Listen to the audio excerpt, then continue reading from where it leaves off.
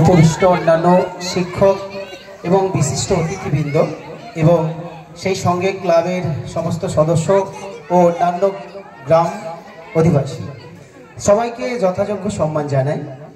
আমি দু একটা কথা বলবো। শিবরাম বাবু, এই স্নেহাংশু বাবু সন্দেহ বললেন উনি যে ক্লাবের সদস্যরা কিছু কি এমন নতুন বিপ্লব ঘটিয়েছে। একটা বিপ্লব আমি পেয়েছি, এত প্রাকৃতিক বিপর্যয় তার সঙ্গে মোকাবিলা করে এত সুন্দর একটা অনুষ্ঠান উপহার দিচ্ছে, সেটা কিন্তু একটা বিপ্লবের সামিল।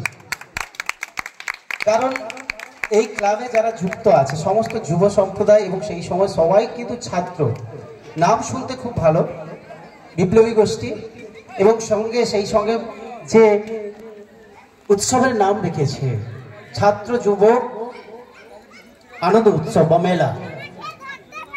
এই যুব শক্তি কিন্তু যুগে যুগে দেশে দেশে কালে কালে সর্বত্রই সবকিছু দেশের অগ্রগতির রথচক্রকে কিন্তু সমৃদ্ধির দিকে নিয়ে যাওয়ার একমাত্র কারিগর ভবিষ্যতে। তো যাই হোক, আমি বেশি কিছু বলবো না। আমার একটা আর্জি থাকবে, সেটা হচ্ছে এই কমিটির কাছে শ্রী জগন্নাথ দেবের মন্দির প্রতিষ্ঠা হয়েছে। তিনি বোধহয় আজকের এই অনুষ্ঠানের অনেকটাই আড়ালে চলে গেছে। আমি চাইব শ্রী জগন্নাথ দেবের মন্দিরের অনুষ্ঠান পূজা যেদিন হয়, এই অনুষ্ঠানকে যদি তার সঙ্গে যুক্ত করা যায়, আমাদের সেই প্রভুর যে মহিমা সেটা বোধহয় একসঙ্গে সবাই উপভোগ করতে পারবো। এই আর্জিটা আমি রেখে গেলাম। আর একটা জিনিস বলবো, এই যে আমরা এত ছাত্র ছাত্রী বা এত ছেলেমেয়েরা রয়েছে, অনেক দৃশ্য দেখেছিল যেমন খুশি সাজতে, সেটা বেশিরভাগ ক্ষেত্রে দেখেছি যে মোবাইল নিয়ে ভীষণ আড়ম্বরিতা। যারা সেজেছে অংশগ্রহণ করেছে তাদের পরিবারের অনেকেই আছে।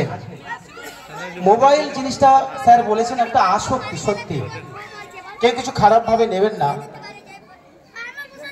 একটা কোনো কিছু নেশা জাতীয় জিনিস যখন কেউ ধরে নেয়, সেটাকে ছাড়াতে গেলে তার কাছ থেকে সেই ব্যক্তি কি ভয়ঙ্কর রূপ ধারণ করতে পারে, সেটা যতক্ষণ না পর্যন্ত সেই পরিস্থিতির সম্মুখীন হই, তার থেকে ছাড়িয়ে নেই, ততক্ষণ বোঝা যায় না। একটা উদাহরণ দিই আমি।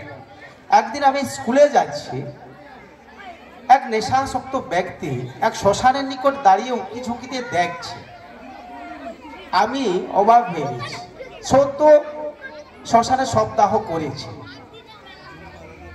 আমি একটু এগিয়ে গিয়ে তাকে, আমি সত্যি একদম বাস্তব ঘটনা, জীবনের ঘটনা, আমি তাকে বললাম কি ব্যাপার, কি দেখছো? চিনা বলে একটা এরকম বোতল পড়ে আছে, বলে ওই বোতলটা আছে নাকি, তার ভাষায় বলি আছে নাকি দেখি।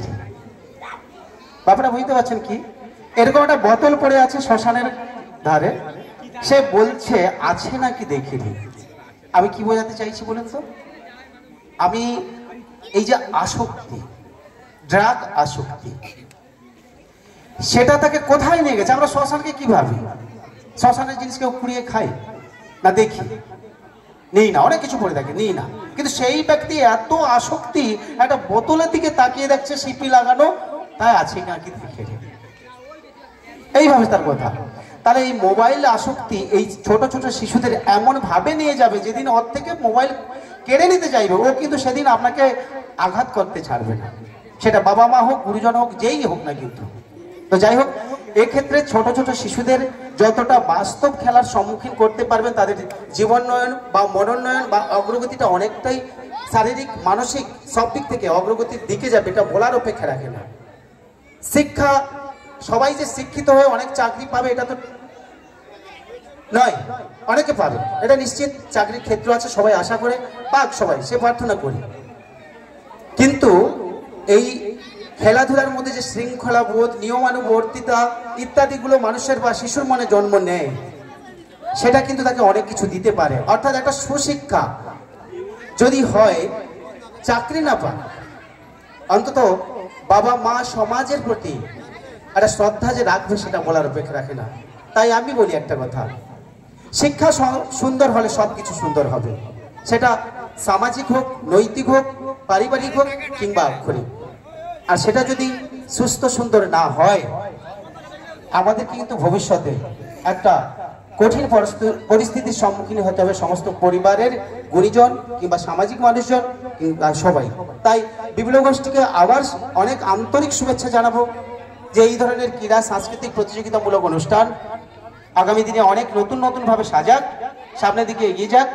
যে কিছু যদি ক্ষোভ বিক্ষোভ থাকে তারা সেগুলোকে সরিয়ে আরো আগামী দিনে অনেক দূর এগিয়ে যাবে এই প্রার্থনা রেখে, আর তাদের অনুষ্ঠানটা এরকমই হয়ে উঠুক যে অতীত হয়ে গেলে আগামী দিনে যেন আবার বসে থাকে সেই উৎসবে, সেই উৎসুক নিয়ে তারা আবার আগামী দিনে নতুন করে অনুষ্ঠান সাজিয়ে তুলবে।